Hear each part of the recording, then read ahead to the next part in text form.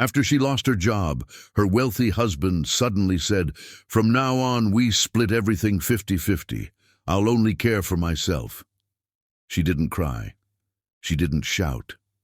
She just looked at him with calm eyes and said, "All right."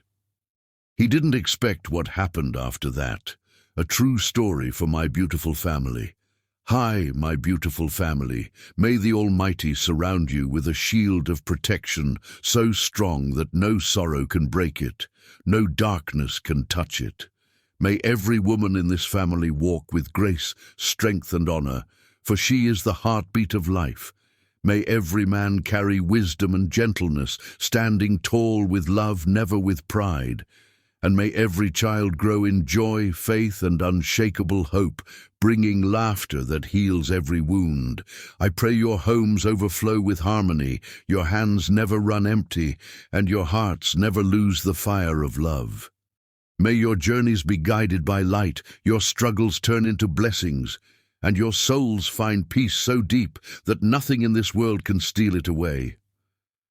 My family, you are my strength, my reason, and my greatest treasure. Without you, my words mean nothing, but with you, every story becomes a heartbeat of love. If your heart is true, right, present. If your love is real, right, I am with Mr. Peter. Some women fall apart when the ground beneath them crumbles. Mimi Winsett wasn't one of them. The rain hammered against the windshield as Mimi sat in her car outside the house she'd called home for years. Her hands gripped the steering wheel, knuckles tight, but her face remained perfectly still. Inside her purse, folded neatly in a manila envelope, was the letter that had changed everything. Terminated, downsized, regretfully. The words had blurred together when her former boss delivered the news across a cold conference table that morning. She'd walked out of that building with her box of personal items, a coffee mug her mother had given her, a framed photo of her wedding day, a small plant that had somehow survived on her desk, and placed them carefully in her trunk.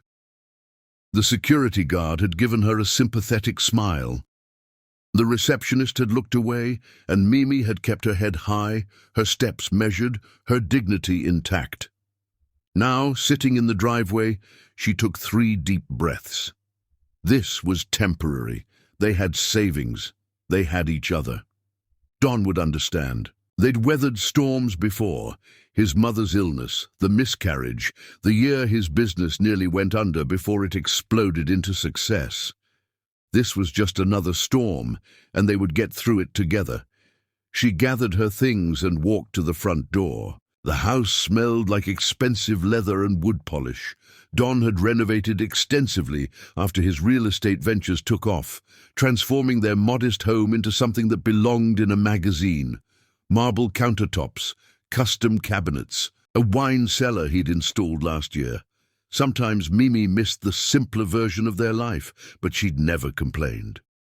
Don had worked hard for his success, and she'd been proud to support him through the lean years. "Don," she called out, setting her purse on the hall table. "In here." His voice came from the study, his sanctuary as he called it, the room where he closed his biggest deals, where he kept his most expensive bottles of scotch, where the walls were lined with photographs of properties he'd developed and awards he'd won. Mimi walked down the hallway rehearsing what she'd say. "Honey, I have some news. It's not ideal, but we'll figure it out together. I'm already thinking about next steps." She pushed open the door. Don sat in his leather chair, the one that had cost more than her first car. A crystal glass of amber liquid rested on the desk beside him. He was still wearing his suit from work, though he'd loosened his tie.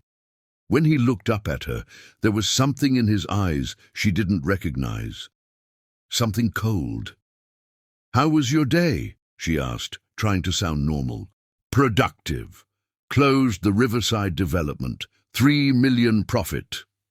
He took a sip of his drink, watching her over the rim of the glass. "You?" Mimi's throat tightened. She sat down in the chair across from his desk, the one where clients usually sat. When had she become a visitor in her own home?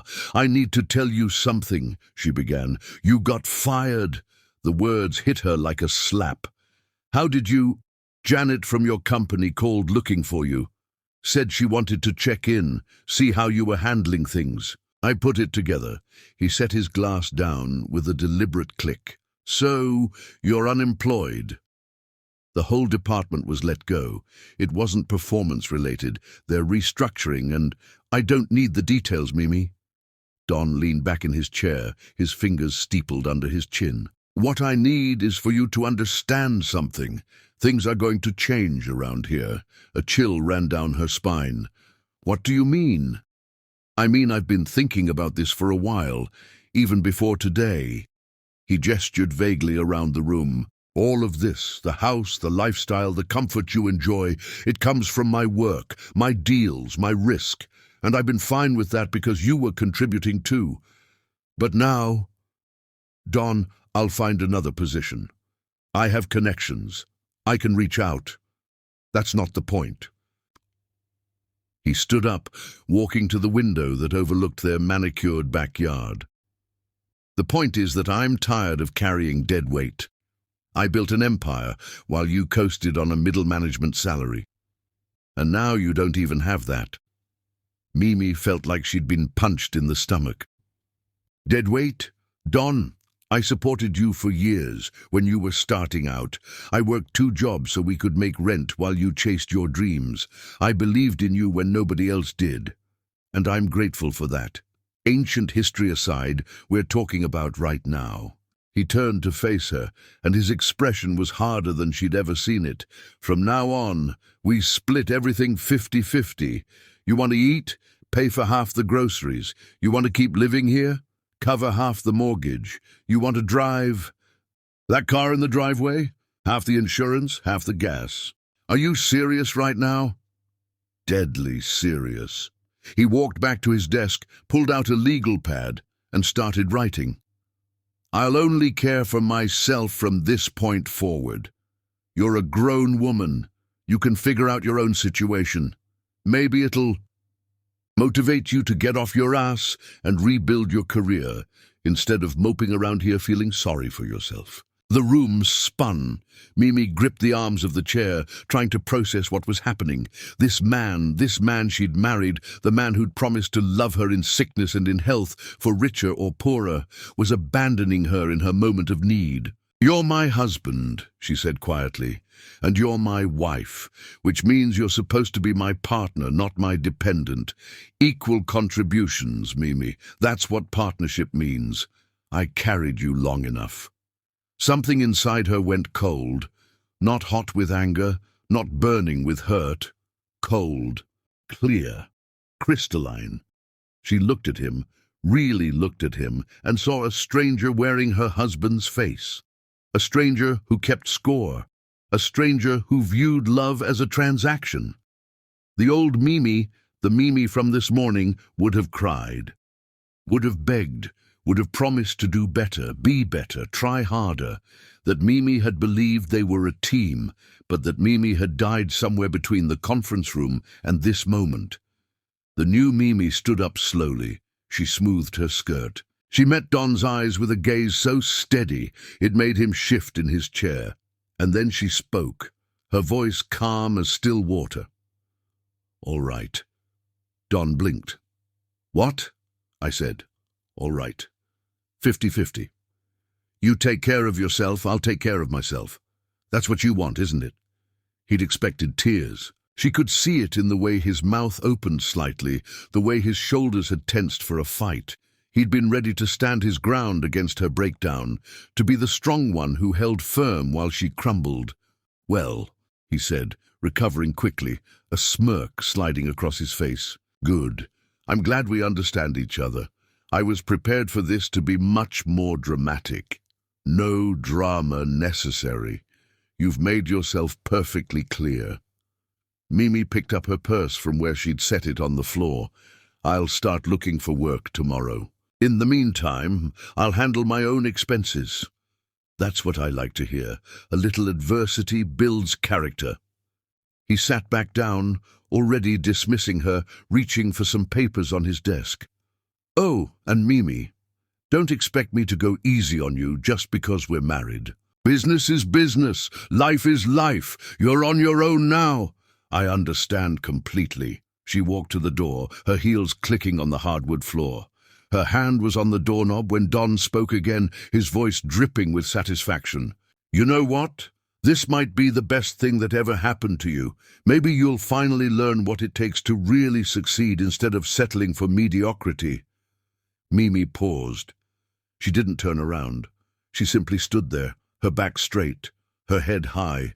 And then she said something that would echo in Don Moore's mind for months to come, though he didn't know it yet. Maybe you're right, Don. Maybe I will learn what it really takes. She walked out, closing the door softly behind her.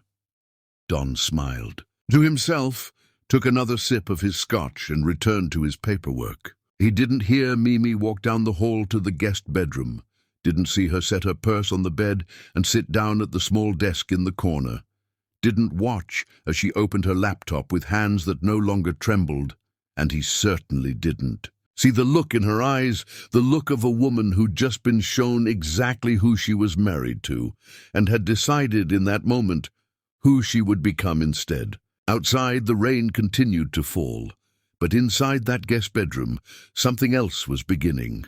Not a storm, not destruction, a resurrection. Mimi opened a blank document and started typing.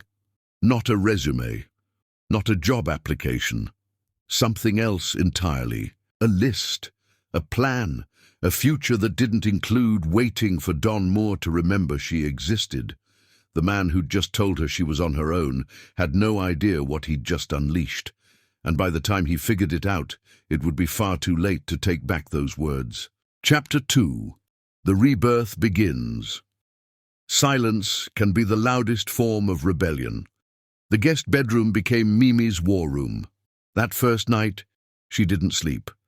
While Don snored peacefully in their master suite, their suite, though she knew it would, soon be just his, Mimi sat at the small desk with her laptop glowing in the darkness. The list she'd started grew longer with each passing hour. Skills, contacts, options, possibilities. She'd spent years building relationships in her industry, not because she was calculating, but because she genuinely cared about people. Now those relationships were her lifeline. She pulled up her phone and started scrolling through contacts, making notes beside each name. Who might need help? Who owed her a favor? Who had mentioned wanting to work with her someday? When dawn broke through the curtains, Mimi had a plan. She showered and dressed carefully, choosing an outfit that made her feel powerful. A deep burgundy blouse and black slacks. Professional but not desperate. Confident but not cocky. She applied her makeup with steady hands, covering the shadows under her eyes from her sleepless night.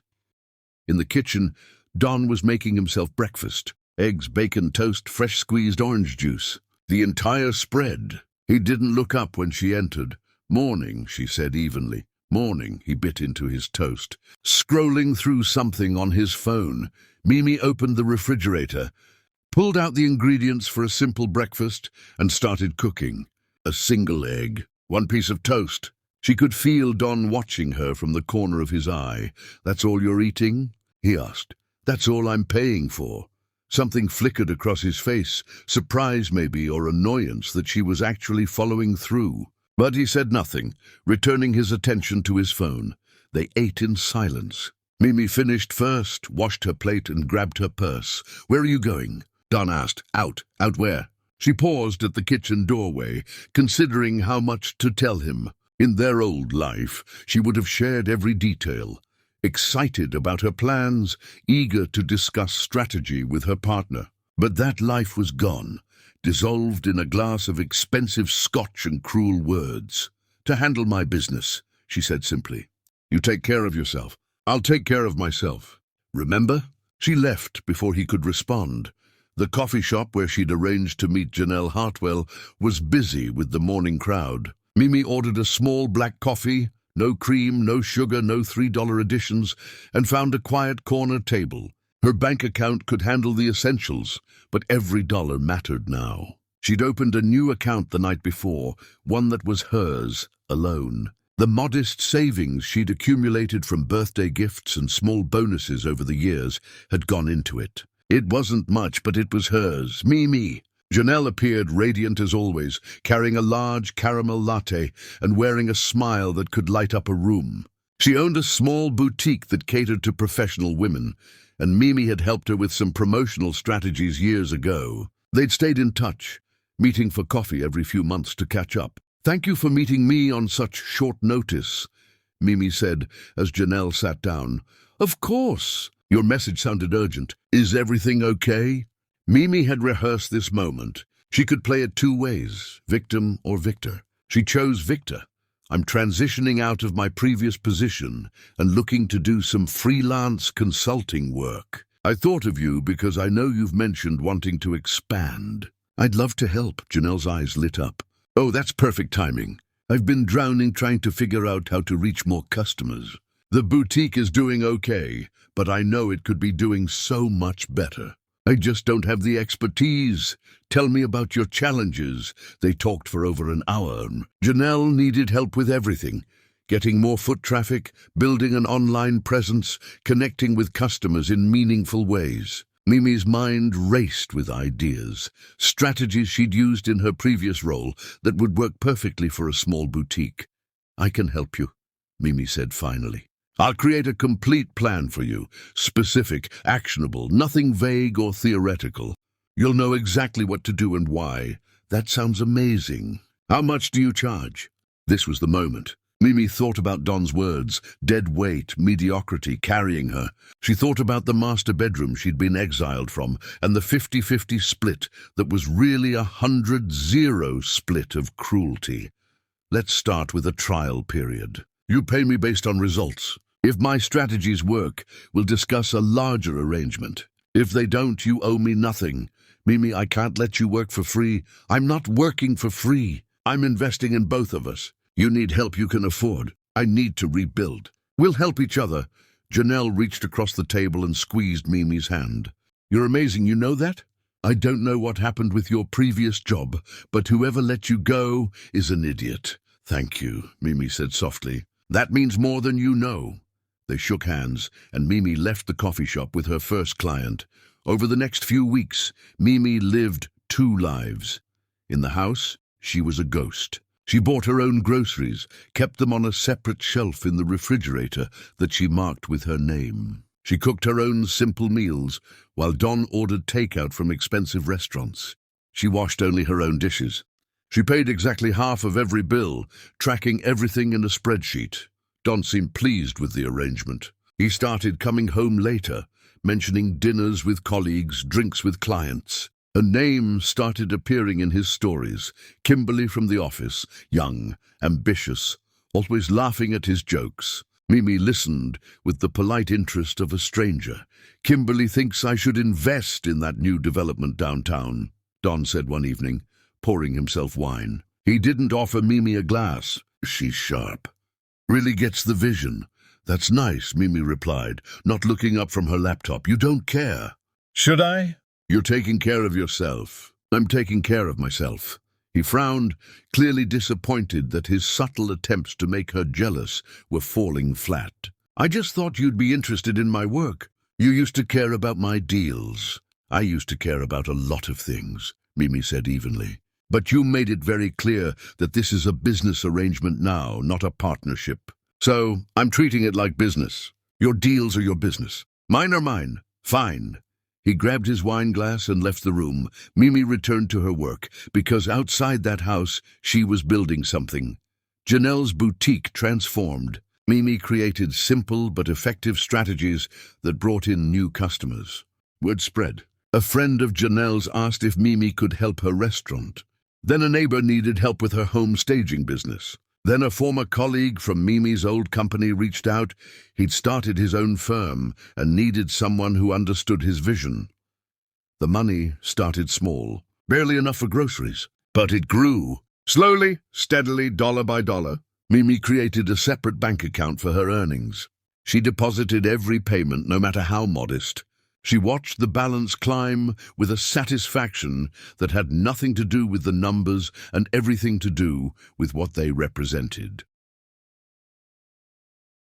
Independence. One evening, Mimi came home to find Don standing in the kitchen, staring at the refrigerator with an annoyed expression. "We need to talk," he said. "About? This." He gestured at a shelf in the refrigerator. "You're taking up too much space. I need room for my things." Mimi walked over and looked. Her shelf contained yogurt, vegetables, fruit, a carton of eggs. His shelf held imported cheese, expensive meats, bottles of craft beer, containers of leftovers from restaurants she couldn't afford. "I'm taking up exactly 1/4 of the refrigerator space.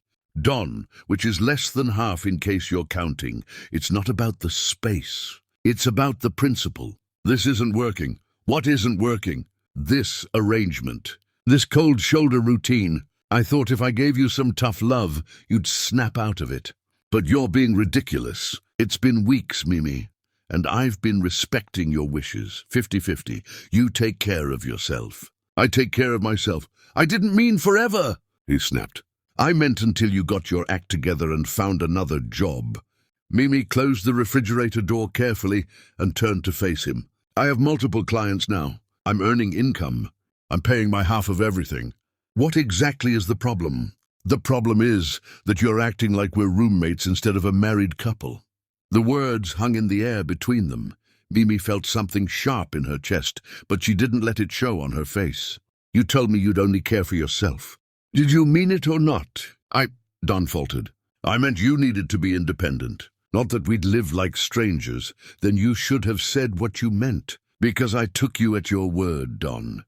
You taught me a valuable lesson that night. People show you who they are in the dark moments. And you showed me exactly who you are. So what, you're punishing me now?" "I'm not punishing you. I'm protecting myself. There's a difference." She walked past him, heading for the guest bedroom that had become her sanctuary.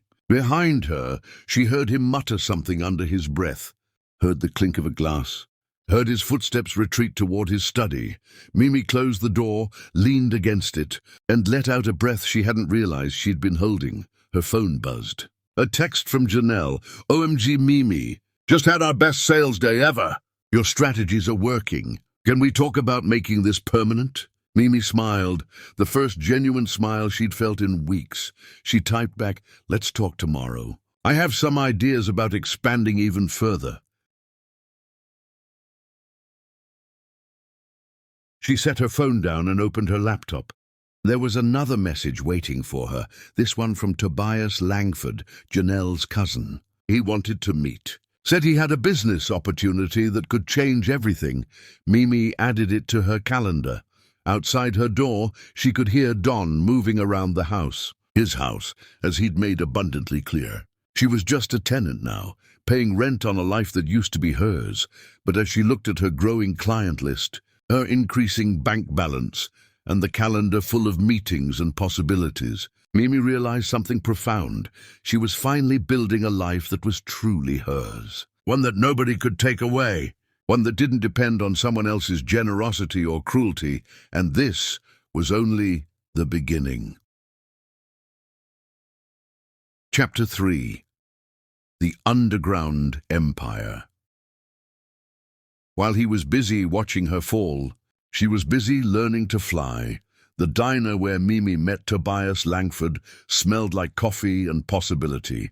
He was younger than she'd expected, vibrant, energetic, with the kind of restless intelligence that makes people lean forward when they talk. He'd ordered them both breakfast before she arrived, a generous gesture that made her immediately like him. "Janelle talks about you constantly," Tobias said, sliding a cup of coffee toward her. "Says you're a miracle worker.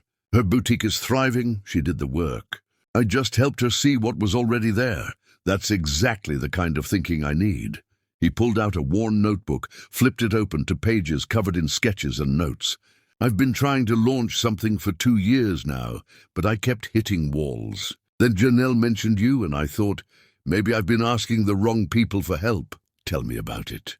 Tobias's passion poured out like water from a broken dam. He wanted to create an agency that helped small businesses, specifically businesses owned by people who looked like them, who'd been overlooked and underestimated their entire lives. People who had incredible products or services but didn't know how to reach customers. People who were told they'd never make it but refused to believe it.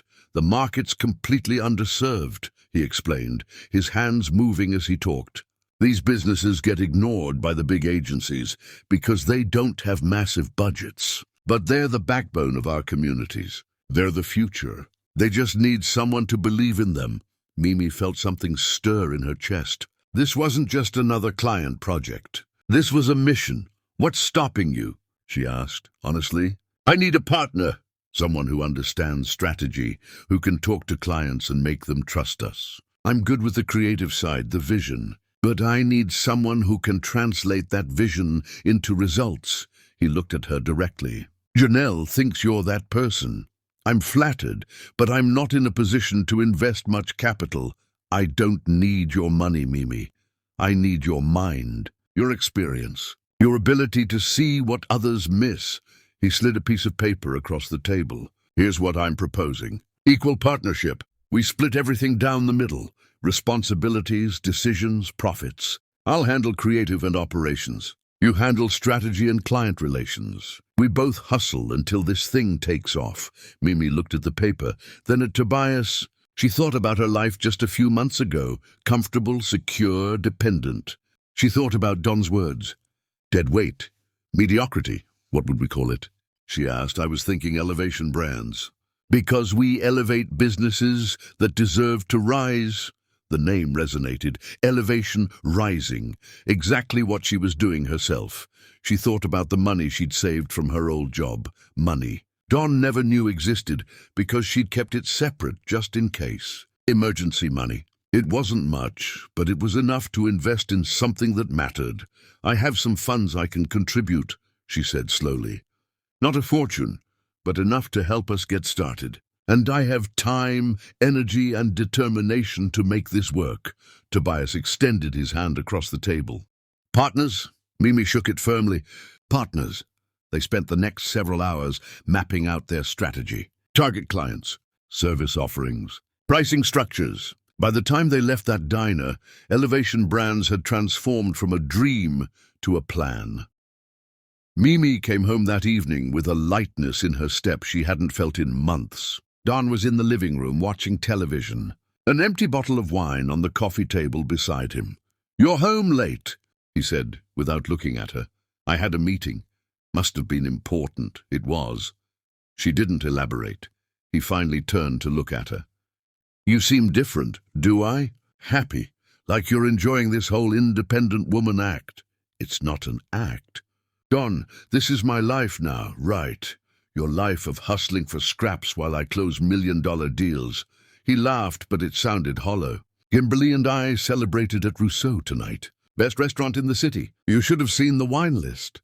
I hope you enjoyed it. I did. Kimberly knows how to appreciate the finer things, not like some people who are content with mediocrity. Mimi felt the barb, recognized it for what it was, an attempt to hurt her, to make her feel small. The old Mimi would have been wounded. The new Mimi simply felt pity. I'm glad you had a nice evening, she said genuinely. I'm going to bed. Long day tomorrow. She left him sitting there, his victory somehow feeling empty even to him. Over the following months, Elevation Brands grew from an idea into reality. Their first client was a woman named Stella, who owned a small bakery in a neighborhood that was being gentrified. Stella made incredible cakes, works of art that tasted like heaven, but she was struggling to compete with the chain stores moving in. Mimi and Tobias created a strategy that emphasized what made Stella unique: her personal touch, her community roots, her ability to create custom designs that told stories. Within weeks, Stella's bakery had a waiting list. People came from across the city to taste her creations and experience her warmth. She paid Elevation Brands what she could, which wasn't much, but she sent every one of her customers to them, telling everyone who would listen about the two angels who'd saved her business. Word spread like fire through dry grass. A coffee shop owner reached out, then a barber shop, then a woman who made natural hair products in her kitchen and dreamed of selling them in stores. Each client was a story. Each success was fuel. Mimi worked constantly. She'd leave early in the morning, carrying her laptop and notebooks, and return late at night. She met clients in their shops, their homes, anywhere they felt comfortable. She learned their stories, understood their struggles, and created strategies that worked for their specific situations. Not cookie-cutter solutions, but tailored approaches that honored who they were. At home, Don barely noticed her schedule. He was too busy living his own life, going to dinners and events, always with Kimberly's name dropping casually into conversations. He bought a new sports car, sleek, expensive, impractical. He wore new watches, new suits, new cologne that smelled like money and ego. "You should see the look on people's faces when I pull up in this," he said one weekend, running his hand along the car's hood. "Kimberly says it makes a statement." "I'm sure it does," Mimi replied, barely glancing at it. "You don't even care, do you? This car cost more than you'll make in a year of whatever it is you're doing. Probably. But I'm not trying to impress anyone, Don. I'm trying to build something that matters," he laughed. "Build something? You're doing charity work for people who can barely pay you. That's not building. That's spinning your wheels." Mimi looked at him, really looked at him. When had he become so cruel? Or had he always been this way, and she'd just been too in love to see it? "Maybe you're right," she said calmly. "Maybe I am spinning my wheels, but at least I'm moving forward. Can you say the same?" She walked away before he could respond, but she knew something he didn't, something that kept her going through the long days and longer nights. Elevation Brands was gaining momentum. Real tangible momentum. Tobias had connections she didn't even know about. People in the entertainment industry, athletes, influencers who'd grown up in the same neighborhoods and remembered what it was like to struggle. When they saw what Elevation Brands was doing, they started spreading the word. A local hip-hop artist mentioned one of their clients on social media. Thousands of people saw it. That client's sales tripled overnight. A retired basketball player visited another client's restaurant and posted about the incredible food and the incredible story behind it. The restaurant became a destination. With each success, Elevation Brands' reputation grew. They were no longer just helping small businesses. They were changing lives. And then Lillian DeVoe walked into their office. She appeared without an appointment on a rainy afternoon, dressed in a sharp pantsuit that probably cost more than Mimi's car, carrying an umbrella and an air of someone who was used to getting what she wanted. Tobias had been out meeting a client, so Mimi was alone when this elegant stranger walked through their modest door. "Can I help you?" Mimi asked. "I certainly hope so," the woman replied, extending her hand. "Lillian DeVoe. I've been hearing interesting things about Elevation Brands." Mimi recognized the name immediately. Lillian DeVoe was legendary, a venture capitalist who'd built fortunes from nothing multiple times over. She was known for two things: her brilliant instincts and her complete intolerance for mediocrity. "Please sit down," Mimi said, trying to keep her voice steady. "I'm Mimi Winsett. Can I offer you coffee?" "No, thank you. I'll get straight to the point." Lillian sat, crossed her legs, and fixed Mimi with an appraising look. "I attended a small gathering last week where one of your clients was catering. The food was exceptional, but what impressed me more was the story. The owner couldn't stop talking about how you and your partner transformed her business. So I did some research." She pulled out a tablet and began scrolling through notes. "In 6 months, you've helped 47 businesses increase their revenue significantly. Not through gimmicks or false promises, but through genuine strategy and authentic connection. You're building trust in communities that have been ignored and exploited for decades. That's not just good business sense. That's vision." Mimi felt her heart racing but kept her composure. "We believe everyone deserves a chance to succeed." Noble sentiment. "But what I'm interested in is your execution. Vision without execution is just fantasy. You have both." Lillian leaned forward. "I want to mentor you." "I'm sorry, what?" "You heard me correctly. I see something in you that's rare. The ability to recognize potential in others while simultaneously building your own empire. You don't even realize what you're creating here, do you? We're just trying to help. You're revolutionizing how underserved communities approach growth. You're creating a model that could scale nationally. internationally even. But you need guidance, resources, connections. Lillian smiled. I can provide all three. If you're willing to learn. Mimi thought about Don's words. Mediocrity, spinning her wheels. Charity work.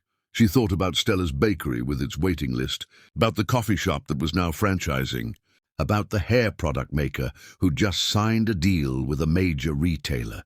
She thought about the woman she'd been and the woman she was becoming. I'm willing to learn. Mimi said, good, we start tomorrow. 7 in the morning. My office? Don't be late. Lillian stood, shook Mimi's hand with a grip that conveyed strength and respect, and walked out as dramatically as she'd entered. Mimi sat in the sudden silence, her mind spinning. When Tobias returned an hour later, she told him everything. He picked her up and spun her around, laughing with pure joy. Do you know what this means? He shouted. Lillian DeVoe. She's a legend. If she's mentoring us, if she believes in what we're building, we're going to have to work harder than we've ever worked. Mimi finished. Bring it on. That night, Mimi came home to find Don passed out on the couch, another empty bottle on the table. The television was still on, flickering in the darkness. She stood there for a moment, looking at the man who'd promised to love and cherish her, who'd instead abandoned her when she needed him most. She felt nothing. Not anger, not sadness, not even pity anymore. Just a vast, empty space where love used to live. She grabbed a blanket from the closet, draped it over him gently, and went to her room. Tomorrow, her real education would begin. Tomorrow, she'd learn from one of the most powerful women in the business world. Tomorrow, she'd take another step away from the woman who'd begged for scraps of affection and toward the woman who commanded respect. Don stirred on the couch, muttering something in his sleep. Maybe Kimberly's name, maybe something else. It didn't matter anymore. Mimi closed her door and set her alarm for 5 in the morning. She had work to do. She had an empire to build, and she was done asking permission. Chapter 4. The Turning. Tide respect isn't given. It's earned in the trenches where no one's watching. Lillian DeVoe's office looked like it belonged in a different world. Floor-to-ceiling windows overlooking the city, furniture that whispered wealth, walls covered with photos of Lillian standing beside presidents, celebrities, and business titans. Mimi sat in a leather chair that probably cost more than her monthly mortgage payment, trying not to feel overwhelmed. First lesson, Lillian said, pouring 2 cups of tea from an elegant pot. Never let a room intimidate you. These are just things. What matters is what you bring to the room, your mind, your integrity, your vision. Everything else is decoration. Thank you for having me, Mimi said, accepting the tea. Don't thank me yet. I'm not doing this out of kindness. I'm investing my time because I see potential for significant returns. Not financial returns, though those will come. I mean the kind of returns that change industries, that shift how people think about success. Lillian sat across from her. Tell me about your marriage. Mimi blinked, caught off guard. My marriage? You wear a wedding ring, but you work like someone who has nothing to lose. There's a story there, and I need to understand the full picture of who you are. For a moment, Mimi considered lying, deflecting, keeping her private pain private. But something in Lillian's eyes, a knowing, a recognition, made her choose truth. She told her everything. The job loss, Don's cruel ultimatum, the 50-50 split that was really a complete abandonment, the guest bedroom, the separate groceries, Kimberly's name dropped casually like a weapon, the way her husband had become a stranger who scored points instead of building a life. Lillian listened without interrupting, her face revealing nothing. When Mimi finished, she was surprised to find tears on her own cheeks. She wiped them away quickly, embarrassed. Sorry, I didn't mean to. Never apologize for feeling, Lillian said firmly. But also never let those feelings control your decisions. Your husband made a choice when he abandoned you. He chose comfort over commitment, ego over empathy. And in doing so, he freed you. Freed me? Yes, because now you're no longer building for us. You're building for yourself. There's incredible power in that clarity. Lillian leaned forward. I was married once too. to a man who believed my success was his to claim. When I finally left him, he told everyone I'd ruined his life. You know what I did? What? I built an empire so successful that he couldn't deny it, couldn't diminish it, couldn't claim any piece of it. And eventually he stopped trying. She smiled. The best revenge isn't destruction, it's undeniable success. Over the following weeks, Mimi learned more than she'd learned in years. Lillian taught her how to read people, how to listen, not just to what they said, but to what they didn't say. How to recognize genuine opportunity versus empty promises. How to negotiate from strength even when you felt weak. How to build alliances instead of dependencies.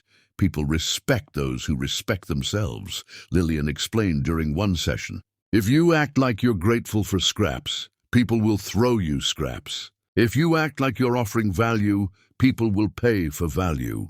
She introduced Mimi to her network, carefully, strategically. A breakfast meeting with a woman who owned a chain of boutique hotels. A lunch with a man who'd built a distribution empire from a single truck. A dinner with an investor who specialized in emerging markets. Each introduction came with homework. Lillian would ask Mimi to analyze what she'd learned, what opportunities she'd seen, what mistakes she'd observed. The lessons were never straightforward. Lillian believed in teaching through experience, through making Mimi think rather than simply telling her what to think. Elevation Brands continued to grow. With Lillian's guidance, Mimi and Tobias started making bolder moves. They increased their rates, not because they were greedy, but because Lillian insisted they recognize their worth. They became more selective about clients, not because they were elitist, but because they learned to identify which partnerships would flourish. You can't save everyone. Lillian told Mimi one afternoon, as they reviewed potential clients, some people aren't ready for success. They're still in love with their excuses. Your job isn't to fix them. Your job is to elevate those who are ready to rise. The transformation was visible. Mimi started carrying herself differently. Her clothes became sharper, still modest, still within her growing but careful budget, but chosen with intention. Her voice became steadier. Her handshake became firmer. She stopped apologizing for taking up space. At home, the distance between her and Don became a chasm. He'd stopped asking where she went or what she did. They existed in parallel universes within the same house, passing each other in hallways, sharing a kitchen but never a meal, sleeping under the same roof but living separate lives. One evening, Mimi came home to find Don standing in the kitchen, staring at a letter. His face was pale, his hands trembling slightly. "What's wrong?" she asked, the question automatic despite everything. "Nothing that concerns you," he snapped, shoving the letter into his pocket. "Suit yourself." Actually, he stopped her as she turned to leave. "We need to talk about money." "What about it?" "I need you to cover more than half the mortgage next month. I've got some cash flow issues with a deal, and I need to free up capital." Mimi looked at him carefully. "That wasn't our agreement. 50-50, remember? You take care of yourself, I take care of myself. I know what I said, but circumstances change. We're married, Mimi, partners. We should help each other when things get tight, partners," she repeated slowly. "That's an interesting word choice. Where was that partnership when I lost my job? When I needed support? When I was struggling to figure out my next move? This is different." "No, it's exactly the same. You're just finally understanding what it feels like to need someone who's chosen not to be there for you." She walked past him. "I'll pay my half. Not $1 more. Those were your rules. You're really going to throw my words back in my face." She turned to look at him. "I'm not throwing anything. I'm simply following the precedent you established. You taught me that marriage is a transaction. So let's transact." His face flushed with anger. "You've changed. You used to be kind, supportive. Now you're cold. I'm exactly as cold as you taught me to be, Don." She left him standing there, his own medicine bitter on his tongue. The truth was, Mimi was making good money now. Not wealthy, not yet, but comfortable. Elevation Brands had gone from scraping by to thriving.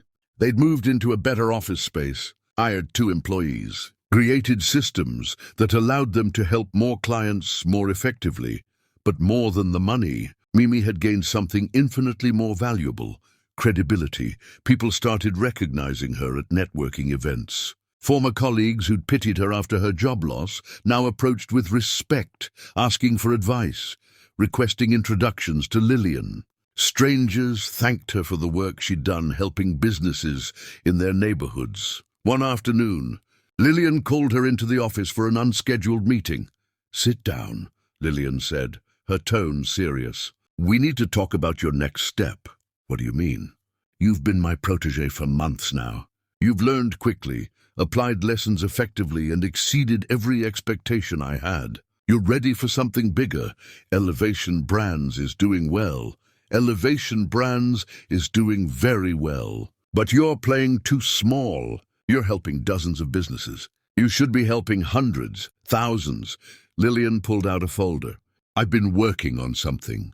A proposal for a major conference, the National Entrepreneurship Summit. They need a keynote speaker who embodies their theme this year: resilience through reinvention. I suggested you." Mimi's heart stopped. "The National Entrepreneurship Summit? That's one of the biggest events in the country. Thousands of people attend. Media coverage. Industry leaders. Exactly. And they want you. But they need to hear your pitch first. Why you? Why your story matters. Why you're the right person to inspire their audience." Lillian slid the folder across the desk. "You have 2 weeks to prepare. I'll help you craft your presentation, but the substance has to come from you. Your journey. Your truth. Your transformation." Mimi opened the folder with shaking hands. Inside was information about the summit, the scale, the audience, the expectations. This wasn't just another speaking engagement. This was a platform that could change everything. "I don't know if I'm ready," she whispered.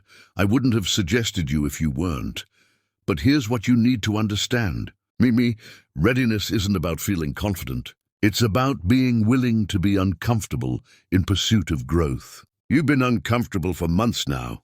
This is just another kind of discomfort. What if I fail? Then you'll learn something valuable and try again. But you won't fail.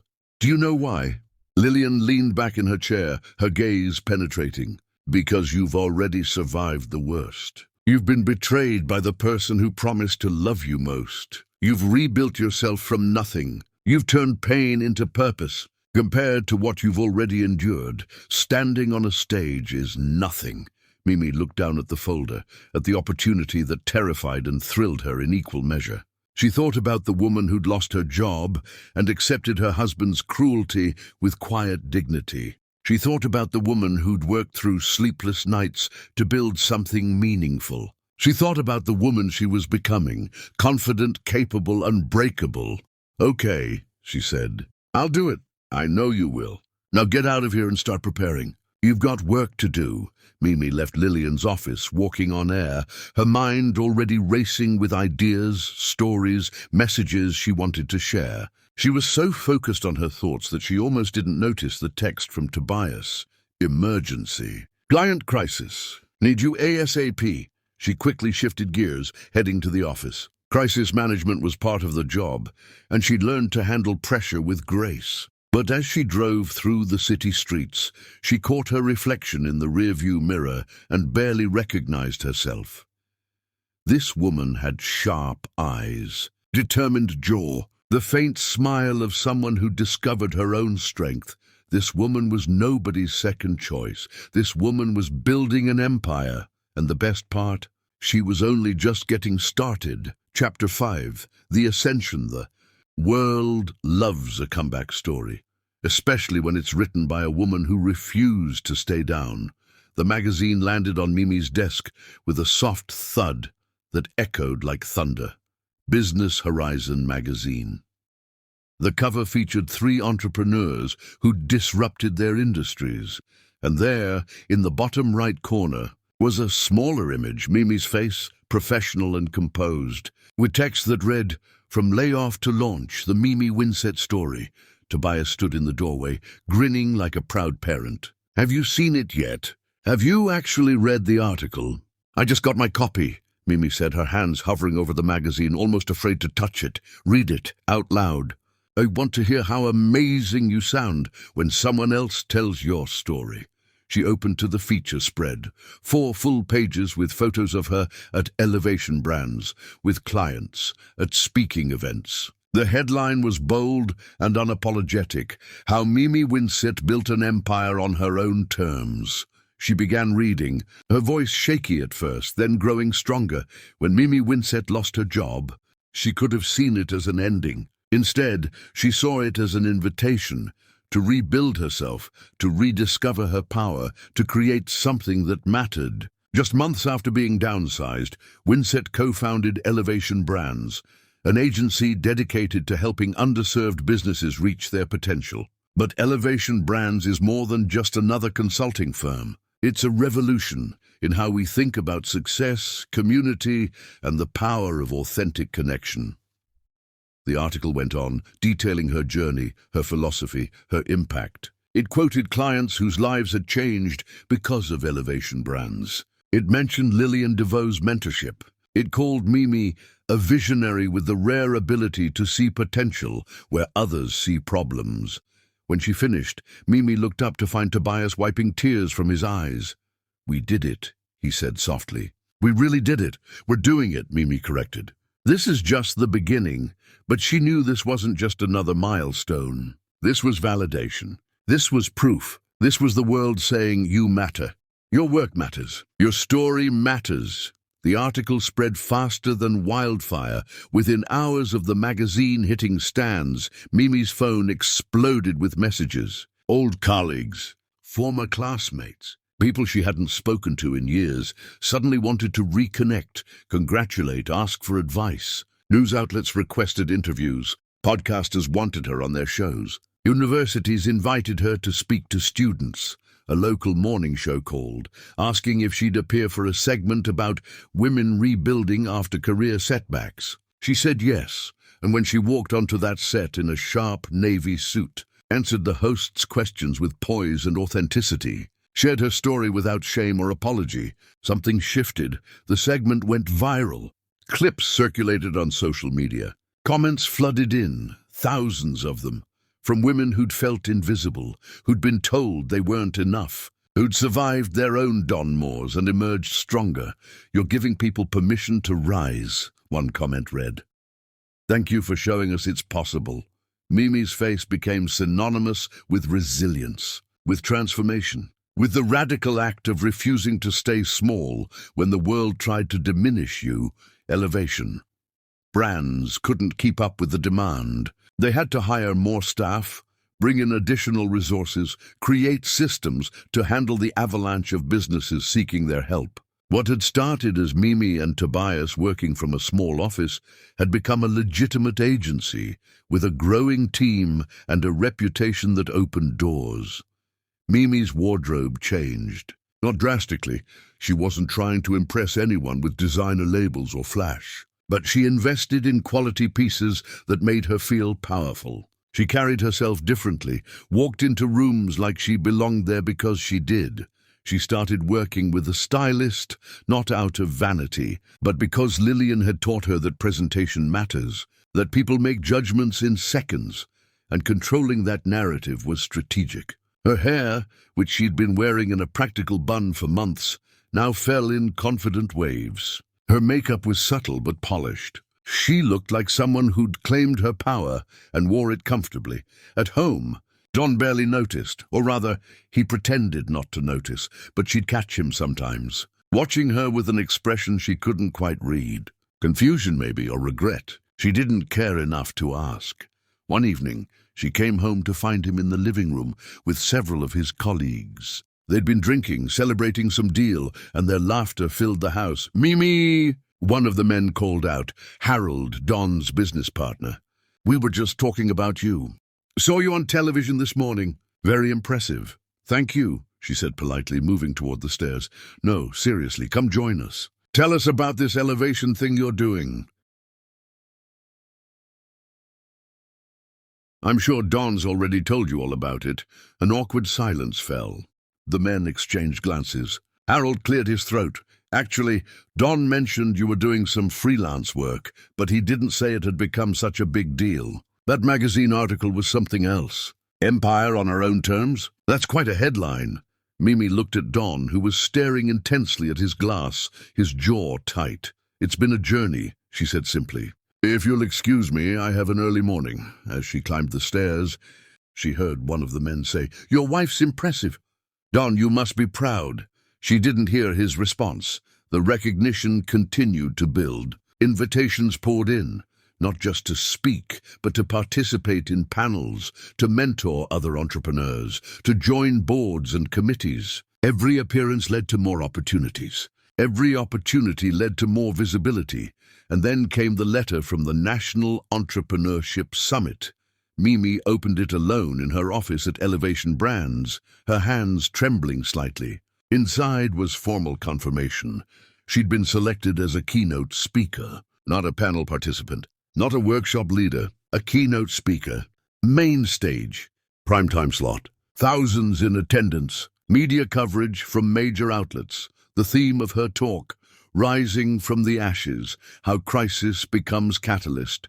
She called Lillian immediately. I got the letter, Mimi said, her voice breathless. I know. I recommended you, remember? Lillian, this is huge.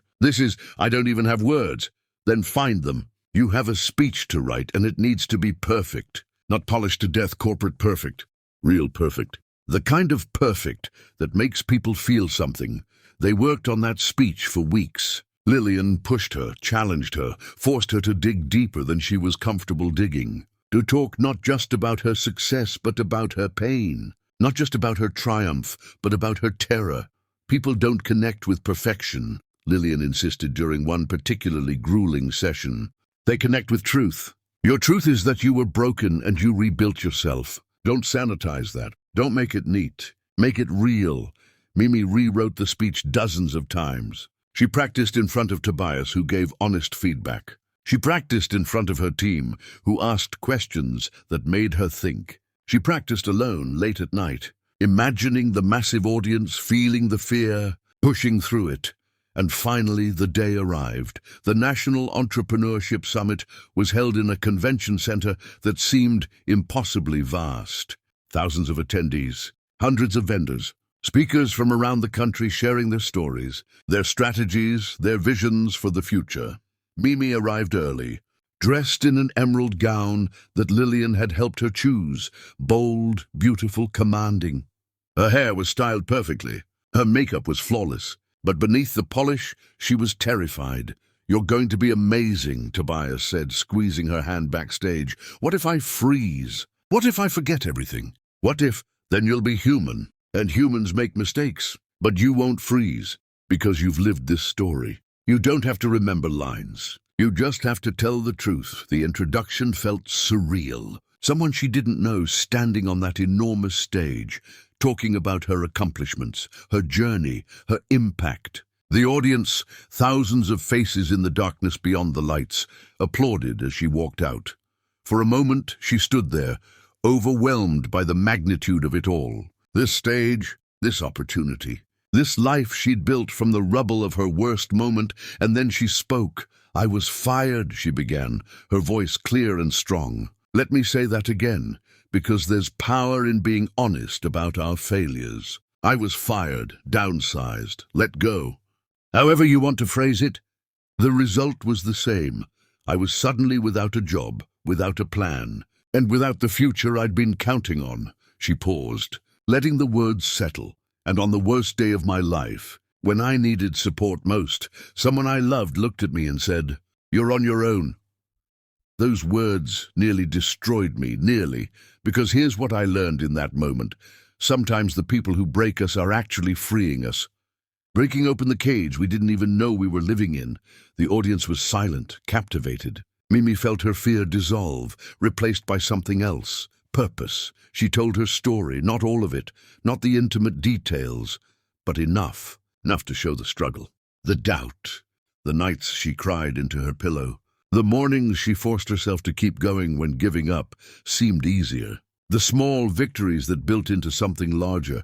And then She talked about elevation brands, about the clients she'd helped, about the community she'd built, about the power of lifting others while lifting yourself. Success isn't about climbing over people, she said, her voice growing stronger with each word. It's about rising together. It's about seeing potential in others and helping them see it in themselves. It's about building something that matters more than money, building meaning, building purpose, building a legacy of impact. When she finished, the applause was deafening. People stood. Some were crying, others were smiling. All of them were changed, even if just a little, by what they'd heard. Backstage, Lillian was waiting with tears in her eyes, the first time Mimi had ever seen her mentor cry. That was extraordinary, Lillian said, pulling her into a hug. You weren't just speaking to them. You were speaking for them. For everyone who's ever been told they weren't enough. The rest of the summit was a blur. People approached Mimi constantly, wanting photos, wanting to share their own stories, wanting to thank her for her words. News outlets requested interviews. Organizers asked if she'd speak at other events. That night, exhausted and exhilarated, Mimi returned to her hotel room and collapsed on the bed. Her phone buzzed with messages, hundreds of them. Congratulations. Thank you. You inspired me. You changed my perspective, and buried among them one message that made her pause. From Don. Saw your speech online. Everyone at the office is talking about it. Very impressive. She stared at those words for a long time. Then she typed a simple response. Thank you. Nothing more. Nothing less. Just polite acknowledgement. The way you'd respond to a stranger's compliment. Because that's what Don had become. A stranger who happened to share her address, her last name, her history. But not her present. And certainly not her future. She turned off her phone, pulled the covers over her exhausted body, and smiled into the darkness. Tomorrow, the world would be different. Tomorrow, opportunities would multiply. Tomorrow, her life would expand in ways she couldn't yet imagine. But tonight, she allowed herself this moment of pure, simple triumph. She'd risen from the ashes, and she was just beginning to fly.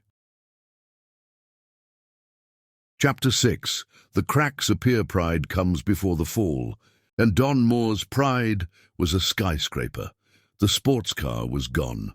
Mimi noticed it first thing when she came home from a morning meeting. The garage door was open, and the space where Don's expensive toy had lived for the past several months was conspicuously empty. In its place sat his old sedan, the practical car he'd kept for running errands. Though he'd barely driven it since buying his status symbol, she found Don in the kitchen, tie loosened, staring at a laptop screen with an intensity that bordered on desperate. What happened to your car? She asked, more out of curiosity than concern. Sold it, he said without looking up. Didn't need it anymore. Okay. She moved to the refrigerator, still segregated into his section and hers, and pulled out ingredients for lunch. The silence stretched between them, thick and uncomfortable. Aren't you going to ask why? He finally said, his voice sharp. Would you like me to ask why? I just told you I didn't need it. Then there's nothing more to say. She began preparing her meal, aware of his eyes on her back, feeling his frustration like static in the air. You've become so cold, he muttered.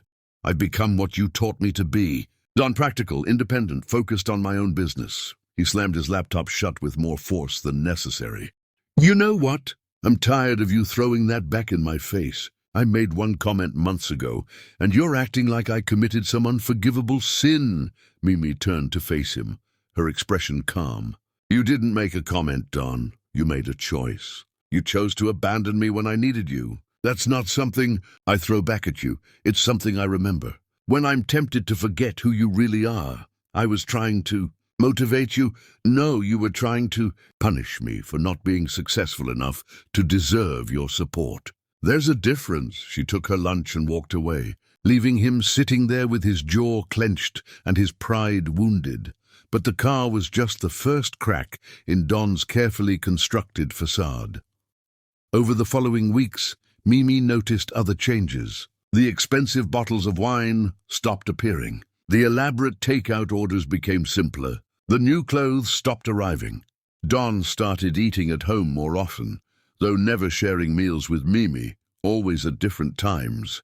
Maintaining their unspoken separation, he took phone calls behind closed doors, his voice alternating between aggressive and pleading. She heard snippets through walls. "I just need more time. The deal will come through. You're not being reasonable." His appearance changed too. The sharp suits he wore with such pride started looking rumpled. The expensive cologne disappeared. He stopped getting his regular haircuts. Dark circles appeared under his eyes. He started drinking more and earlier, scotch before dinner instead of wine with it, straight from the bottle instead of properly poured. One evening, Mimi came home to find mail scattered across the kitchen counter. Bills mostly, official-looking letters, and one that caught her eye from a law firm she recognized as handling real estate disputes. Don emerged from the study, looking haggard. "Bad day?" she asked neutrally. "You could say that." He gestured vaguely at the mail. "One of my developments hit a snag.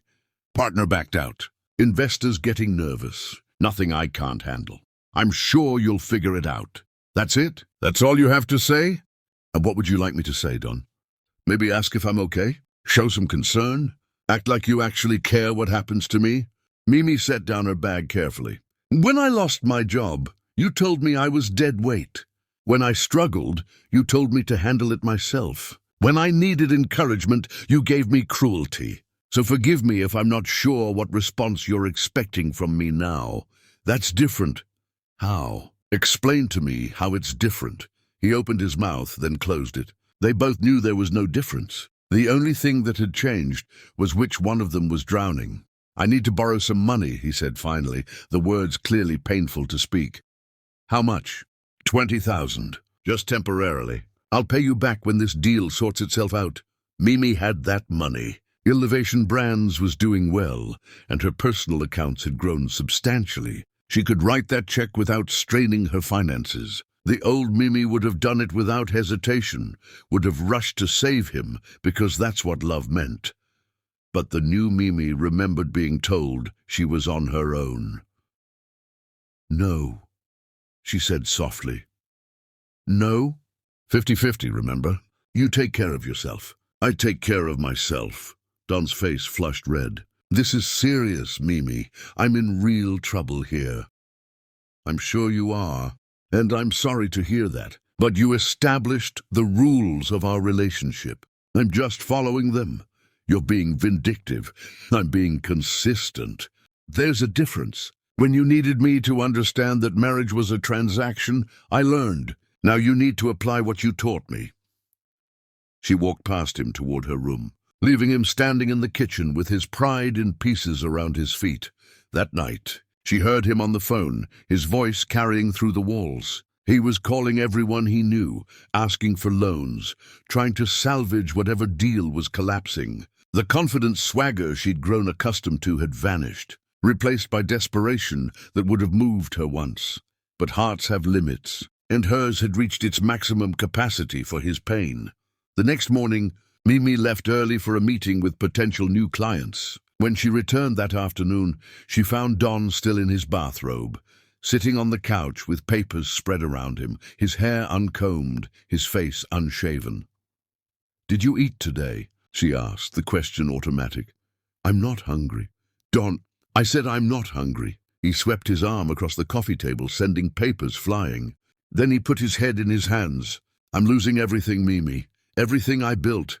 Everything I worked for. It's all falling apart." She stood there, watching him, feeling something crack inside her chest. Not sympathy. She'd moved beyond that. Something more complex. Recognition, maybe. The understanding that this man, who'd seemed so invincible in his cruelty, was actually just as fragile as everyone else. "What happened?" she asked quietly. "The Riverside development. I leveraged too much. Took on debt I shouldn't have because I was so sure it would pay off. The partner, who was supposed to come in with additional funding, backed out last minute. Now I'm responsible for the whole thing, and I don't have the capital. The investors are calling in their loans. If I can't pay them back," he looked up at her, his eyes red, I could lose everything. The business, the house, everything. Did you talk to Harold? Your other partners?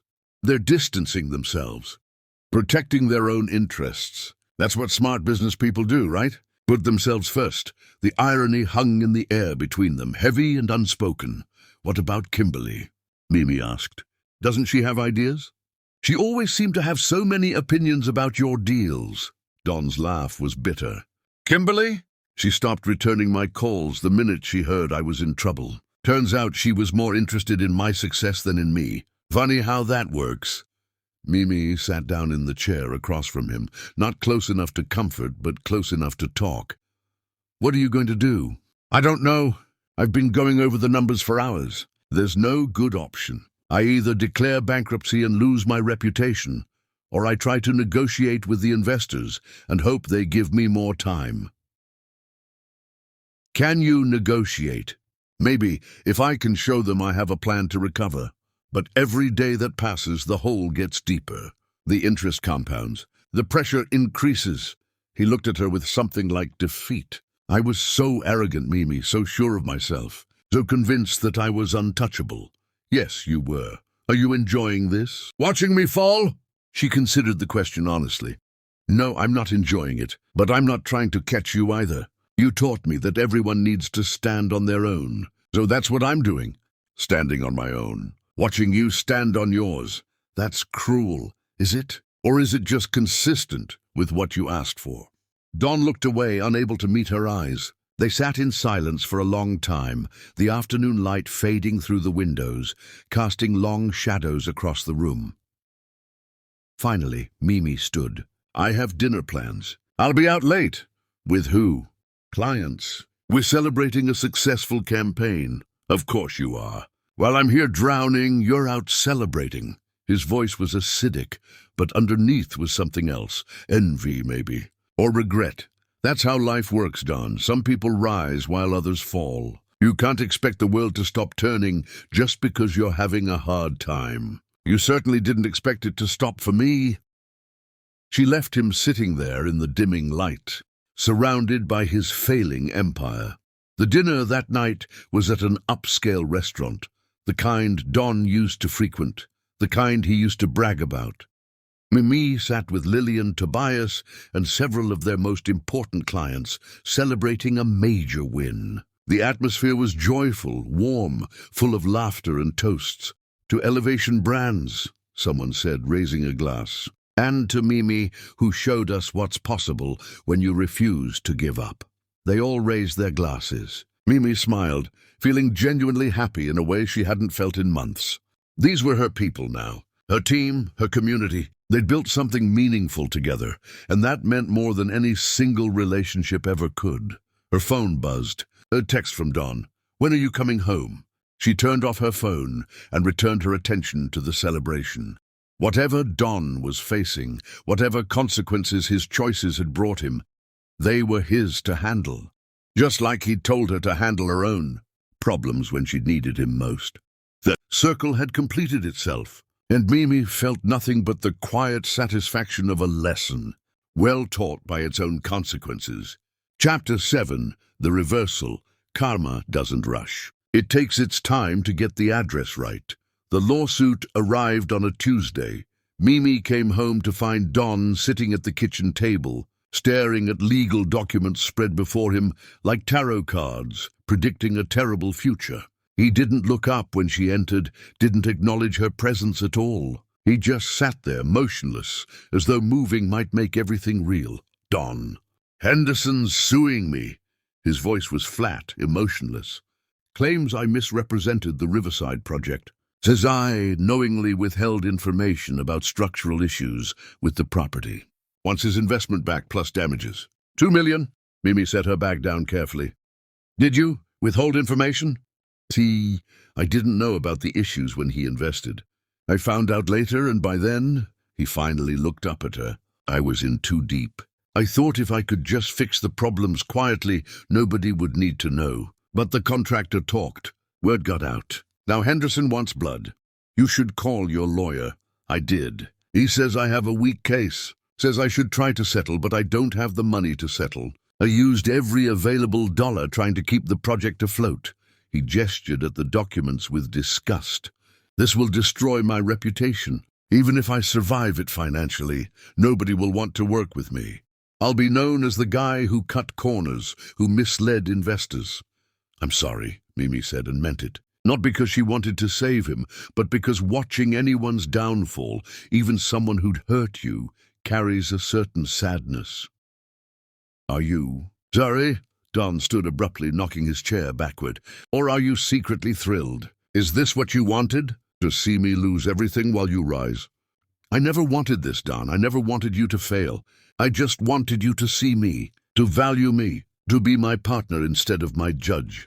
Well, congratulations. You win, you're successful, you're respected. You're the great Mimi Winsett who rebuilt herself from nothing. And I'm just the asshole who pushed you to do it. The villain in your story.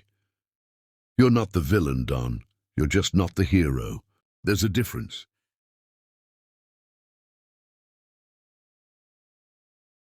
He stared at her for a long moment, then grabbed his keys and stormed out, leaving the lawsuit papers scattered across the table like evidence of a crime. Mimi stood alone in the kitchen, feeling the weight of their broken marriage pressing down on her shoulders. She could help him. She had connections now, resources, influence. One call to Lillian might open doors, might find solutions, might save him from complete ruin. But she thought about the night he'd looked at her with cold eyes and told her she was on her own. She thought about the months of watching him flaunt his success while she struggled. She thought about Kimberly and the expensive dinners and the sports car he'd bought while she ate simple meals and counted every dollar. And she put the papers in a neat stack, left them on the table, and went to her room. Some lessons can only be learned the hard way. The invitation came 2 days later. Hand-delivered. Gold embossed. Formal and elegant in a way that made Mimi's heart race before she even opened it. The National Entrepreneurship Summit Committee requests the honor of your presence at the annual Excellence Gala, where you will be honored as Emerging Leader of the Year, black tie. Guest of honor, please RSVP. Mimi read it 3 times, making sure she understood correctly. Guest of honor, Emerging Leader of the Year. This wasn't just an invitation, it was recognition from the highest levels of her industry. This was validation on a scale she'd never imagined. She called Lillian immediately. Did you know about this? Mimi asked, her voice shaking. I may have been consulted during the selection process, Lillian said with audible smugness. You've earned it, Mimi. Everything you've accomplished, everything you've built, it deserves to be celebrated. Will you bring a guest? Mimi thought about Don drowning in lawsuits and debt, thought about inviting him to watch her triumph while he crumbled. It would be fitting, perhaps, the ultimate reversal, but it would also be cruel in a way she didn't want to be. I'll go alone, she said. Perfect. We'll find you a dress that makes you look like the queen you are. The gala was scheduled for the following month. In the meantime, life continued its strange duality. At work, Mimi was unstoppable.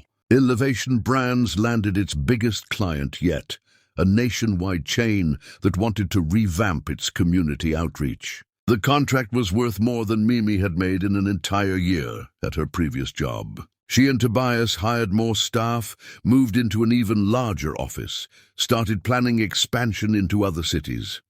Media requests continued to pour in.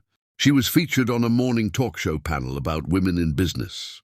A major podcast dedicated an entire episode to her story. A publisher reached out about writing a book. Every door she approached opened. Every risk she took paid off. She was living proof that sometimes the worst thing that happens to you becomes the best thing that ever happened. At home, Don was a ghost. He left early, came home late. She rarely saw him, and when she did, he looked increasingly hollow. The confident swagger was gone. The sharp wit had dulled. He moved through the house like someone who'd lost their way and couldn't remember where they'd been heading. His phone rang constantly with calls he didn't want to answer. She heard him arguing with creditors, pleading with former partners, trying to salvage something from the wreckage of his empire. The house, his house as he'd once made clear, was at risk. The business he'd built was crumbling. Everything he'd defined himself by was turning to ash. One evening, Mimi found him in the study, drinking straight from a bottle, staring at nothing. "You need to eat something," she said from the doorway. "Why do you care?" "Because despite everything, I'm not cruel enough to watch you destroy yourself without at least mentioning that you're destroying yourself." "How noble of you." He took another drink. "Off to another gala? Another award ceremony? Another celebration of how amazing you are? I have a meeting with potential investors tomorrow." "Of course you do. Everything's coming up, Mimi, while everything I touch turns to shit." She walked into the room, took the bottle from his hand, he didn't resist, and set it on the desk. "You're spiraling, Don. You need help. Real help. Maybe therapy. Maybe rehab. Maybe just a friend who actually cares about you. I don't have any friends. They all disappeared when the money did. Turns out success has a lot of friends, but failure is lonely as hell." "Yes," Mimi said quietly. "I know what that's like." He looked up at her then, really looked at her, and something passed between them. Not reconciliation, not forgiveness, just recognition.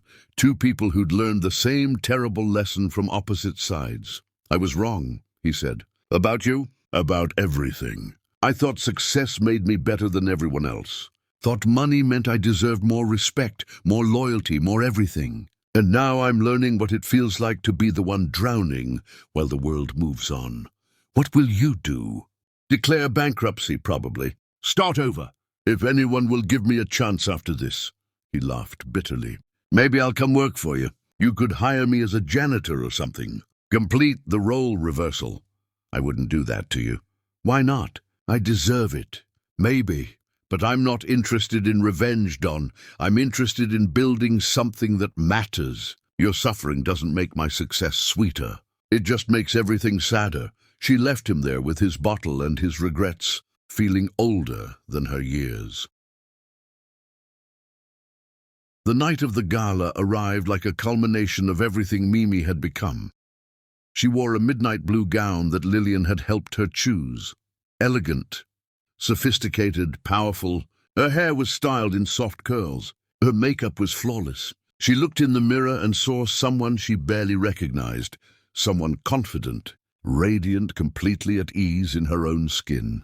The venue was spectacular. Chandeliers, elegant tables, thousands of industry leaders and innovators gathered to celebrate excellence. Mimi walked in alone, her head high, her smile genuine. People approached her constantly. Congratulations, admiration, requests for photos, for introductions, for business cards. She was no longer the woman asking for scraps. She was the woman everyone wanted to know. When her name was announced as Emerging Leader of the Year, the applause was thunderous. She walked to the stage in her beautiful gown, accepted the Crystal Award, and stood before the crowd. "Thank you," she began, her voice carrying across the hushed room. "This award means more to me than you could possibly know. Not because of what it represents for my career, but because of what it represents for my journey. Less than a year ago, I lost my job. I was told I wasn't enough, that I'd never amount to anything, that I was dead weight. And I believed it for a little while. But then something amazing happened. I stopped asking permission to be great. I stopped waiting for someone else to validate my worth. I started building the life I wanted instead of accepting the life I was given. And everything changed." She paused, looking out at the sea of faces, seeing her own story reflected in so many eyes. "This award isn't just mine. It belongs to everyone who's been told they're not enough, everyone who's been underestimated, everyone who's been abandoned and told to figure it out alone. Because sometimes being forced to stand on your own is the greatest gift you'll ever receive. It forces you to discover strength you didn't know you had. Thank you for this honor. I promise to use it to lift others the way I was lifted." The applause was deafening. People stood, cheering, some wiping tears. Mimi stood there holding her award, feeling the weight of her transformation in her hands. Backstage, her phone was full of messages. Congratulations from colleagues, from clients, from people she'd mentored. And buried among them one that made her pause. From Don. "Watched the live stream. You were incredible. I'm proud of you, and I'm sorry for everything." She stared at those words for a long time. Then she put her phone away and returned to the celebration, because this night wasn't about Don. It wasn't about their past or their pain. It was about everything she'd built from the ruins of what she'd lost. And as she stood, surrounded by people who respected her, admired her, valued her, Mimi realized something profound.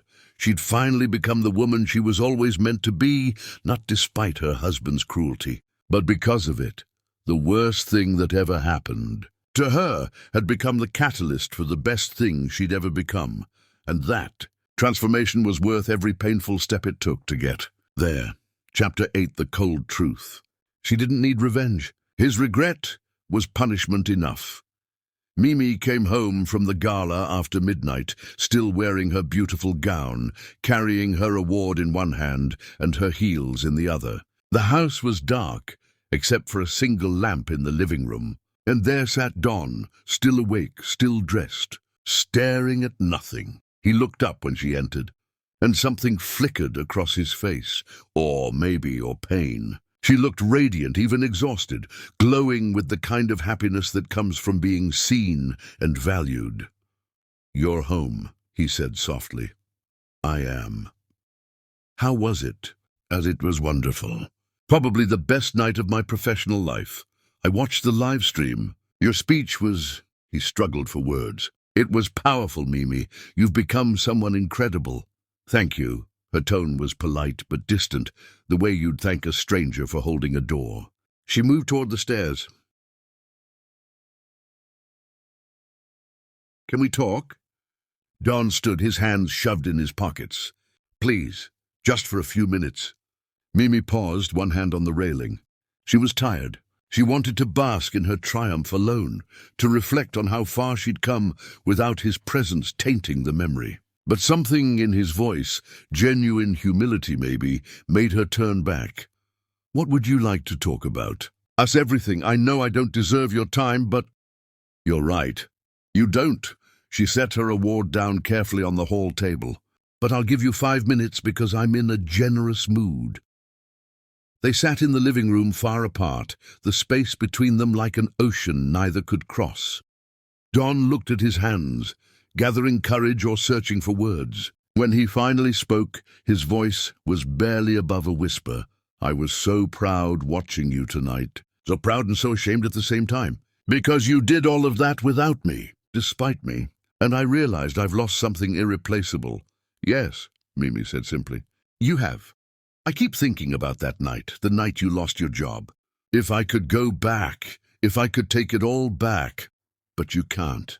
That's not how life works, Don. We don't get do-overs. We get consequences." "I know." He looked up at her, his eyes red-rimmed. "I've been thinking about why I did it. Why I was so cruel when you needed me most. And I think I was scared. Scared that if you were struggling, it meant I wasn't as successful as I thought. Like your failure somehow reflected on me. So I pushed you away instead of pulling you closer.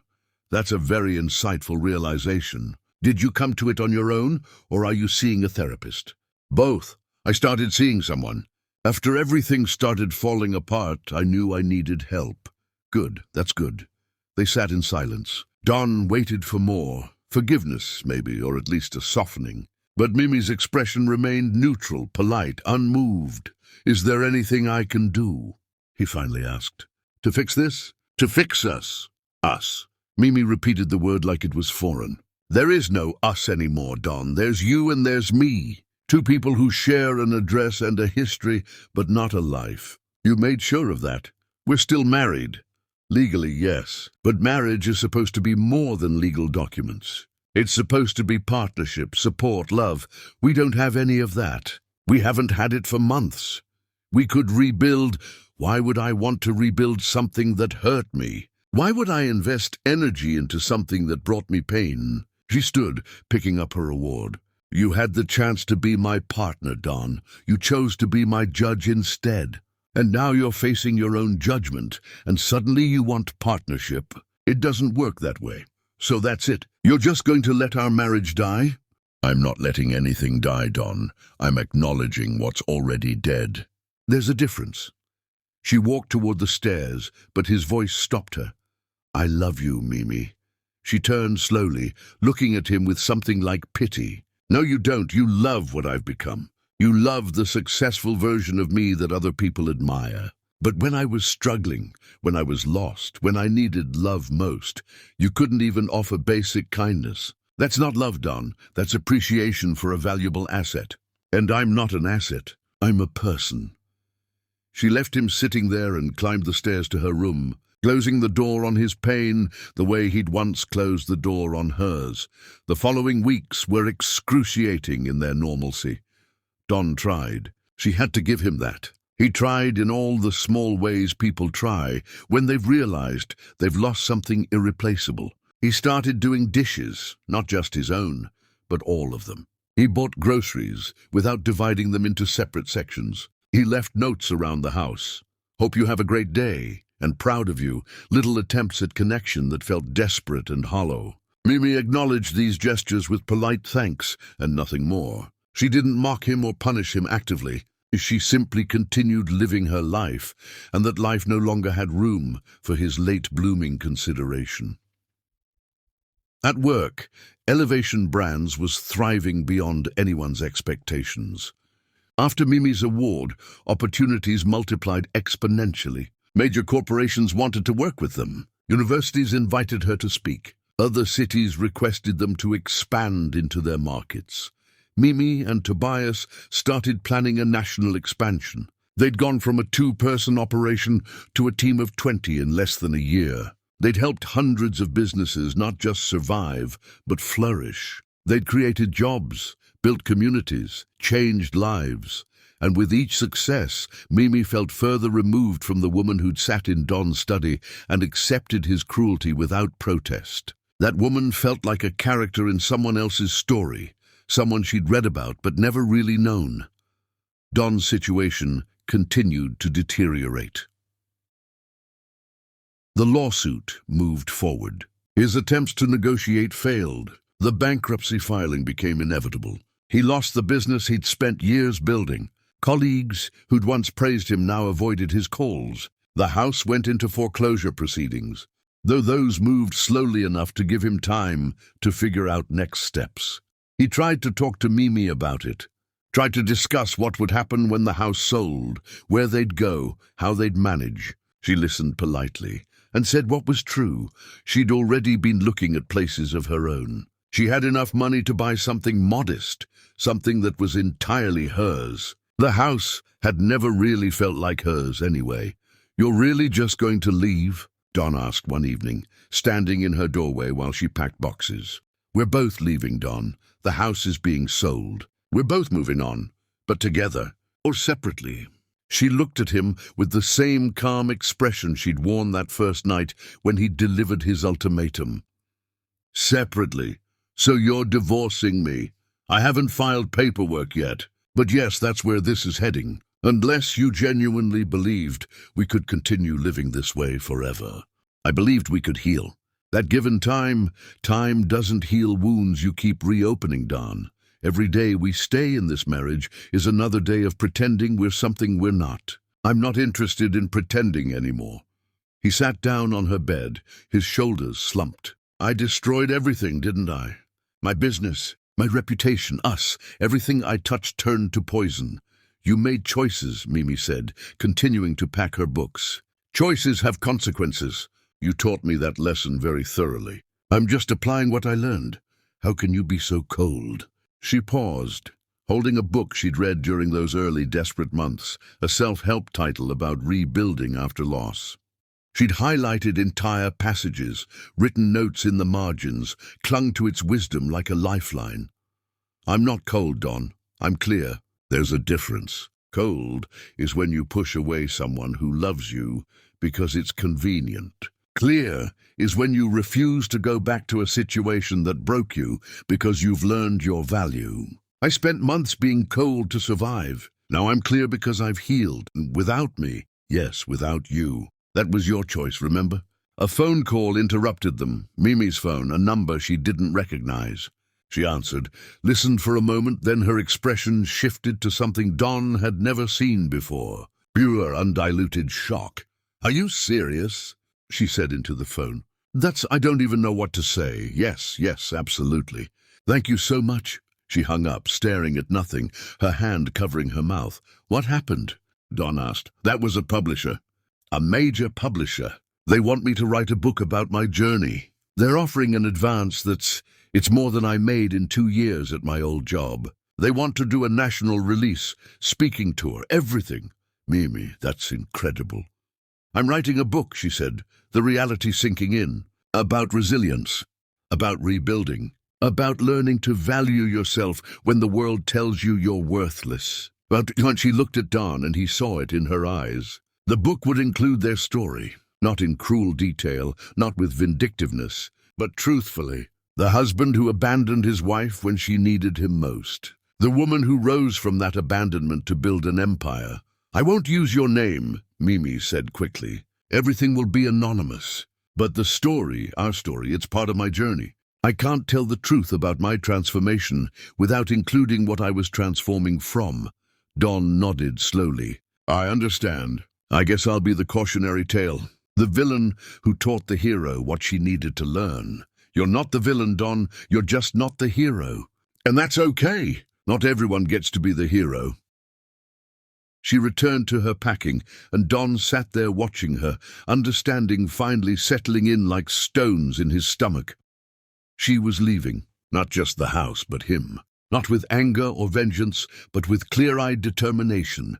She'd built a life that didn't need him, didn't want him, didn't have room for him. And the worst part, the part that would haunt him through sleepless nights and empty days, was that he'd done this to himself. He'd had a partner who would have stood by him through anything, who would have weathered any storm at his side. And he'd thrown that away because he'd confused love with scorekeeping and partnership with transactions. He left her room without another word, closing the door softly behind him. In the hallway, he leaned against the wall and finally let himself cry, not for his lost business or his ruined reputation or his foreclosed house, but for the woman on the other side of that door, the woman he'd married and cherished and then destroyed with his own pride, the woman who no longer needed him, the woman who'd learned to be whole all by herself. And the cruelest truth of all, she was better off without him, and they both knew it. Chapter 9. The Breaking. A man can only run from his sins for so long before they catch him at the door. The envelope arrived on a grey morning when the house felt particularly empty. Final foreclosure notice. They had 30 days to vacate. Don stood in the kitchen holding the paper, reading the official language that translated to, "Everything you built is gone. Everything you were is over. Everything you thought defined you was never really yours." He'd known it was coming. The bankruptcy proceedings had made it inevitable. But knowing and experiencing are different beasts, and this moment, this official confirmation of his complete collapse, hit him harder than he'd expected. Mimi was at work. She was always at work now, building her empire while his crumbled.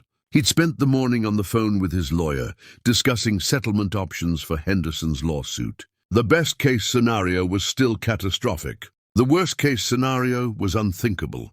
He poured himself a drink, even though it wasn't noon yet. Then another. Then he stopped counting. By the time Mimi came home that evening, carrying her laptop bag and looking exhausted but satisfied from a productive day, Don was sitting in the dark living room, surrounded by the evidence of his failure. Empty bottles, legal documents, photographs from when he'd been someone who mattered. Don. She flipped on the light, taking in the scene with growing concern. "Are you okay?" Define okay. She set down her bag and walked closer. "How much have you had to drink?" Enough to feel it. Not enough to stop feeling it. You need to eat something. Let me make you food. "I don't want food, Mimi. I want—" His voice broke. "I don't even know what I want anymore. Everything's gone. Everything I worked for. Everything I was." She stood there uncertain. The old Mimi would have rushed to comfort him, would have sacrificed her own well-being to prop up his. But the new Mimi had learned hard lessons about enabling versus helping, about the difference between compassion and codependency. "You should go to bed," she said gently. "Sleep this off. Things will look better in the morning." "No, they won't. Things will look exactly the same in the morning. Ruined, destroyed, over." "Don, can we talk?" His voice was desperate now, raw with emotion he'd kept bottled for months. "Really talk? Not this polite strangers thing we've been doing. Actually, talk about what's happening." Mimi glanced at her watch, then sighed and sat down in the chair across from him. "Okay, we can talk, but I need you to be sober enough to remember this conversation tomorrow."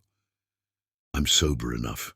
He wasn't, not really, but he was determined. "I need to tell you something. Something I should have said months ago." "I'm listening." He took a shaky breath. "When you lost your job, I was scared.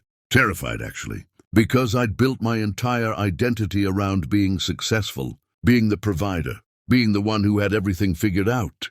And when you lost your job, it meant you needed me in a way you hadn't before. And instead of rising to that, instead of being the husband you deserved, I pushed you away. I told myself I was teaching you independence, but really I was protecting my ego. Because if you needed me and I helped you, it meant admitting that success isn't just about individual achievement. It's about partnership, and I wasn't ready to admit that." "Okay," Mimi said softly. "That's it? Okay? I'm acknowledging what you said. That doesn't mean I'm absolving you. It means I understand your explanation. I was cruel to you, Mimi, unforgivably cruel. And I've spent these months watching you become everything I claimed you could never be. And you know what the worst part is?" "What?" "I'm so proud of you. So incredibly proud. And I have no right to be proud because I didn't support you. I didn't believe in you. I actively tried to make you feel small. But watching you rise, watching you build something meaningful, watching you become this powerful, respected person, it makes me prouder than anything I ever accomplished myself." Mimi's expression remained neutral. "Is that why you wanted to talk? To tell me you're proud?" No, I wanted to talk because I need you to understand something." He leaned forward, his eyes pleading. "I was wrong. About everything. And I don't deserve your forgiveness. I don't deserve a second chance.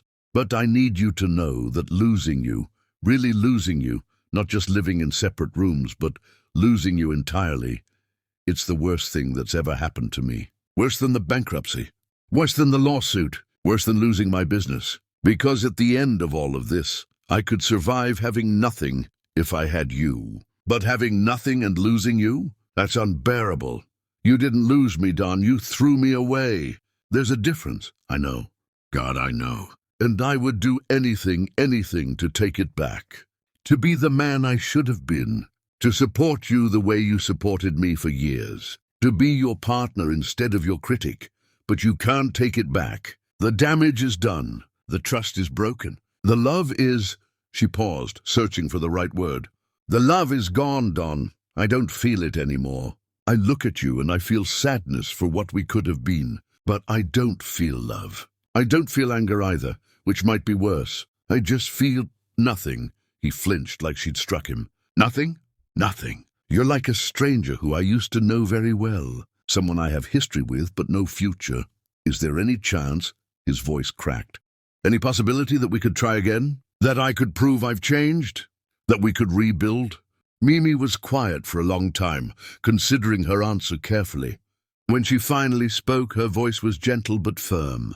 "Would you have forgiven me if the roles were reversed? If I had been the one who succeeded while you struggled? If I had told you to figure it out yourself and flaunted my success while you ate cheap meals and lived in the guest room?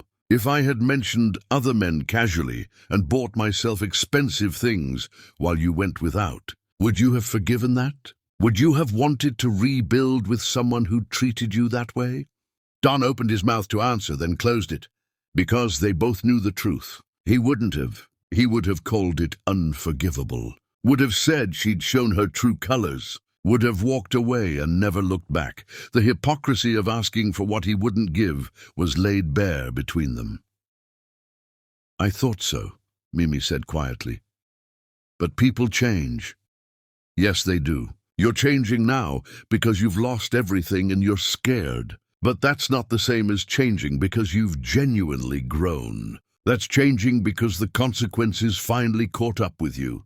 So there's nothing I can do. No way to earn back your trust? Trust isn't something you earn back, Don. It's something you build over time through consistent action. And we don't have time. The house is being sold. We're both moving on. And honestly, I think that's what needs to happen. We're not good for each other. We bring out the worst in each other. And maybe the kindest thing we can do is let each other go. I don't want to let you go. You already did. Months ago. You just didn't realize it at the time. She stood, preparing to leave, but Don's voice stopped her. It was different now, not pleading, not desperate, broken. I'm sorry, Mimi, for all of it.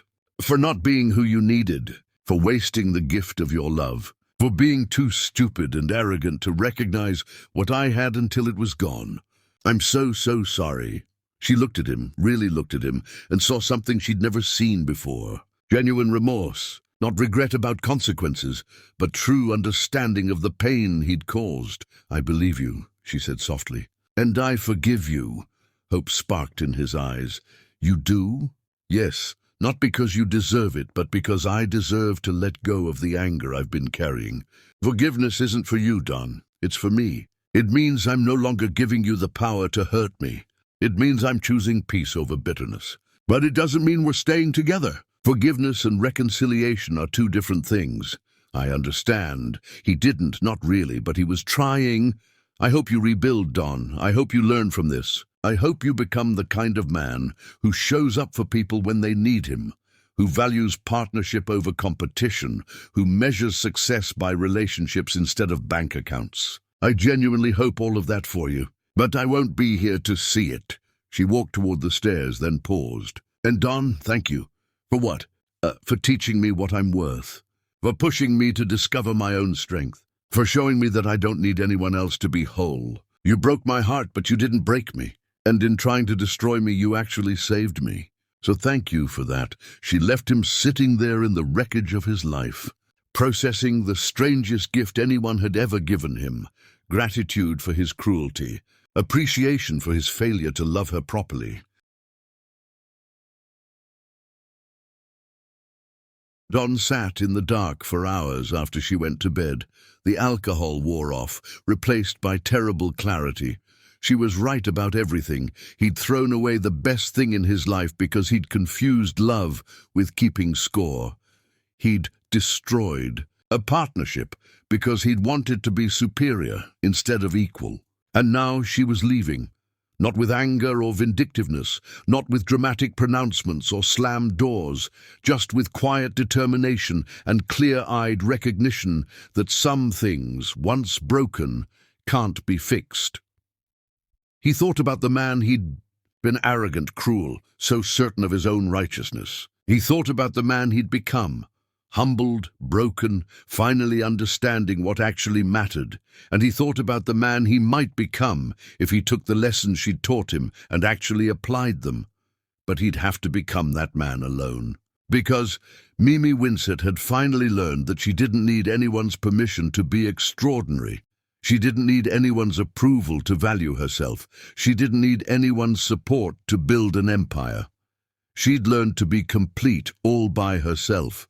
And watching her discover that, watching her transform from the woman who'd accepted his cruelty with quiet dignity into the woman who commanded rooms and changed lives, was the most beautiful and painful thing Don Moore had ever witnessed.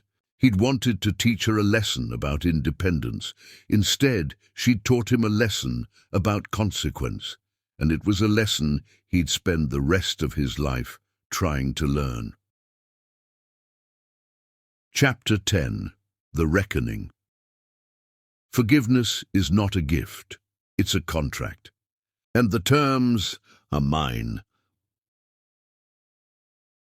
3 weeks before the house sold, Don came to Mimi's room and knocked softly on the door. She opened it to find him standing there, dressed properly for the first time in weeks, his hair combed, his face clean-shaven. "I need to ask you something," he said. "What?" Will you come to dinner at my parents' house this weekend? They're having a family gathering. Everyone will be there. My parents, your sister, some close friends. They want to see us before everything changes." Mimi studied him carefully. Why? Because they deserve to know what's happening, and because, he took a deep breath, because I need to do something important, and I need you to be there for it. What are you planning, Don? Just trust me, please. This one last time. Something in his voice made her agree. Maybe curiosity. Maybe the need for closure. Maybe just the desire to see the people she'd been avoiding because facing them meant explaining the death of her marriage. "Okay," she said finally. "I'll come." The gathering was at Don's parents' home, the place where they'd celebrated their wedding reception years ago. Mimi remembered that day, young and hopeful, believing they'd build a beautiful life together. How naive she'd been. She arrived in a simple but elegant dress, her armor of confidence firmly in place. Don's mother answered the door, pulling Mimi into a tight hug that lasted longer than usual. "We've missed you, sweetheart," she whispered. "We've been so worried." Inside, familiar faces turned toward her. Don's parents, her sister Renee, who'd flown in from out of state, Harold and his wife, a few other friends who'd witnessed their marriage from the beginning. The room felt heavy with unspoken questions. Don was already there, looking nervous, in a way she'd rarely seen him. He kept glancing at her, then looking away, his hands restless. They ate dinner, making uncomfortable small talk. Everyone knew something was wrong. The separate arrivals, the careful distance between Mimi and Don, the way they spoke to each other, like polite strangers. But nobody asked directly, giving them space to address it in their own time. After dessert, Don stood up, his chair scraping against the floor. The room fell silent. "Thank you all for coming," he said, his voice unsteady. "I know you've noticed that that things have changed. And I asked you all here because I need to tell you the truth, all of it. And I need Mimi to hear me say it in front of the people who matter most to us." Mimi's heart began to race. She looked at Renee, who shrugged, equally confused. "Months ago," Don continued, "Mimi lost her job. And instead of being the husband she needed, instead of being supportive and loving and present, I was cruel. I told her she was on her own. I told her I'd only take care of myself. I made her feel worthless and alone during the hardest time of her life." Gasps rippled through the room. Don's mother put her hand over her mouth. "I didn't just fail her. I actively pushed her away. I flaunted my success while she struggled. I made her pay for exactly half of everything while I spent money on expensive things to remind her that I could and she couldn't. I tried to break her down instead of build her up." "Don," his father started, but Don shook his head. "Let me finish, please, because you all need to know what kind of man I became." He looked directly at Mimi now, tears forming in his eyes. "While I was being cruel to my wife, she was building something extraordinary. She started a business that's changing lives. She became someone people admire and respect. She transformed herself from someone I tried to diminish into someone who commands rooms. And she did all of that without me, despite me." The room was silent except for someone's quiet crying. Don's mother, Mimi realized. "And now I'm losing everything," Don continued, his voice breaking. "My business failed. I'm declaring bankruptcy. The house is being sold. My reputation is destroyed. And the worst part, the only part that really matters, is that I'm losing Mimi. Not because she's cruel or vindictive, but because I taught her that she doesn't need me, that she's better off without me. And she is." He walked around the table and stood before Mimi, who remained seated, her face unreadable. Then, as everyone watched in stunned silence, Don Moore, proud, arrogant Don Moore, lowered himself to his knees in front of his wife. "I'm begging you," he said, tears streaming down his face. "In front of everyone who matters, in front of the people who witnessed our promises to each other, I'm begging you to give me another chance. Not because I deserve it. I don't. But because I'm finally the man I should have been all along. Because I understand now what love actually means. Because I'm willing to spend the rest of my life proving that I can be your partner instead of your judge." Mimi stared down at him, her heart hammering. This was what she'd imagined in her darkest moments. Don on his knees, humbled, broken, finally understanding what he'd destroyed. But now that it was happening, she felt no triumph, just profound sadness for how much pain it had taken to reach this moment. "Stand up, Don," she said quietly. "Not until you answer me. Not until you tell me if there's any chance." "Stand up," she repeated more firmly. He stood slowly, his face streaked with tears, his pride completely shattered. The room held its collective breath. Mimi stood too, facing him directly. When she spoke, her voice was steady and clear. "I forgave you weeks ago. I told you that. But forgiveness doesn't mean reconciliation. It doesn't mean going back to what was. It means accepting what happened and choosing to move forward without bitterness." She paused, looking around the room at the faces of people who loved them both. "What you did to me was unforgivable, but I forgave you anyway because I deserve peace more than I deserve revenge." "Mimi, please. I'm not finished." Her voice carried authority now. "You want a second chance? Then understand what that means. Forgiveness doesn't come free. It's a contract, and the terms are mine. You will prove your loyalty, your respect, and your love, or you will lose me forever. And I mean really lose me. Not living in separate rooms, not a marriage in name only. Gone, divorced, moving on with my life while you move on with yours. I'll do anything. Then here are my conditions." She held up her hand, ticking them off. "First, you will continue therapy. Not for a few sessions, for as long as it takes to genuinely change. Second, you will never treat me as less than your equal. We are partners or we are nothing. Third, you will rebuild your life and your character without expecting me to fix you or save you. I am not your rehabilitation project. I am a person who deserves a partner, not a project. I understand." "I'm still not finished," her eyes flashed. "Fourth, you will prove through actions, not words, that you're capable of supporting someone when they're struggling instead of abandoning them. Fifth, you will earn back my trust day by day, choice by choice, moment by moment. And if you slip, if you show me even once that you're reverting to the man who valued ego over empathy, I will walk away and never look back." The room was silent.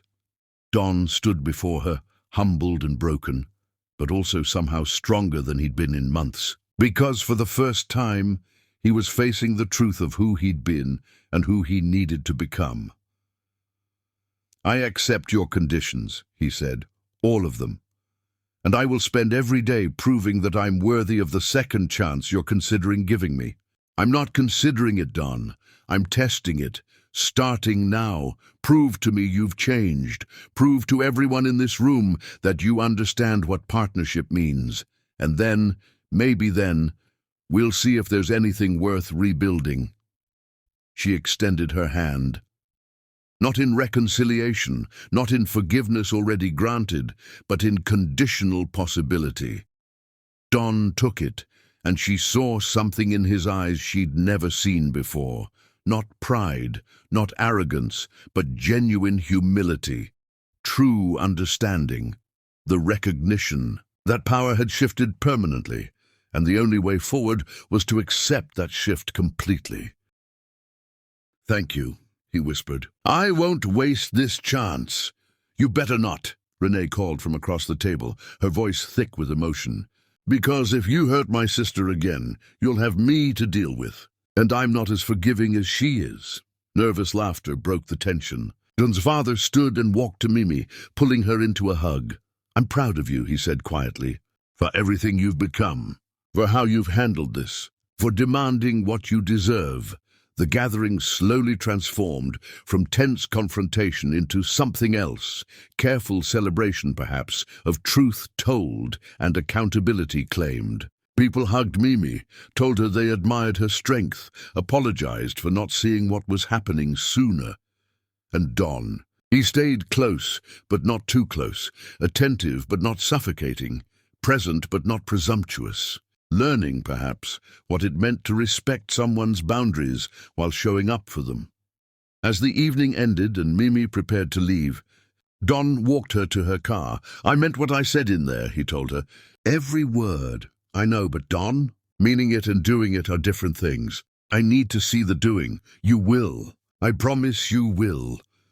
She got in her car and looked at him through the window, this man who'd broken her heart and inadvertently set her free. This man who'd tried to diminish her and instead taught her how strong she really was. This man who'd lost everything and was just beginning to understand what actually mattered. "I'll spend the rest of my life making this right," he said. Mimi smiled, a smile that held both mercy and warning, grace and steel. She started her engine and rolled down the window just enough to speak. "I know you will, Don, because now you finally understand what you have to lose." She drove away, watching him grow smaller in her rearview mirror. A man humbled, a man broken, a man who might become someone worth rebuilding with. But that was tomorrow's question. Tonight, Mimi Winsett drove toward the life she'd built with her own hands. The empire she'd constructed from ruins, the power she'd claimed when the world told her she was powerless. Tonight, she was complete, and whatever happened next, whether Don proved himself worthy or whether she walked away to build an even bigger life alone, she knew one thing with absolute certainty: she would never again let anyone make her feel small.